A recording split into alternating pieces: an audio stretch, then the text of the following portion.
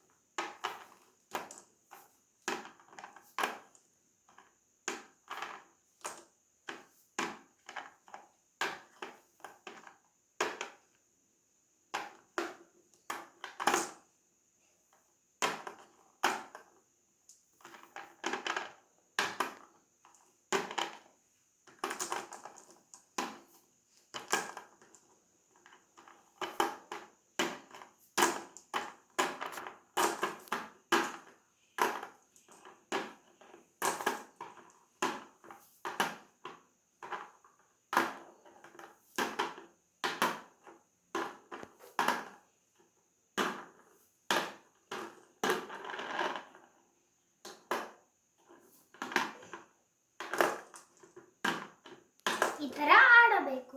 ಇದನ್ನು ಒಂದರೆ ಉಡಿಸಿದರೆ ನಾವು ಗೆದ್ದಂಗೆ. ನಾನು ಟ್ರೈ ಮಾಡುತ್ತಿದ್ದೇನೆ, ಇದನ್ನು ಬರುತ್ತಿಲ್ಲ. Thank you.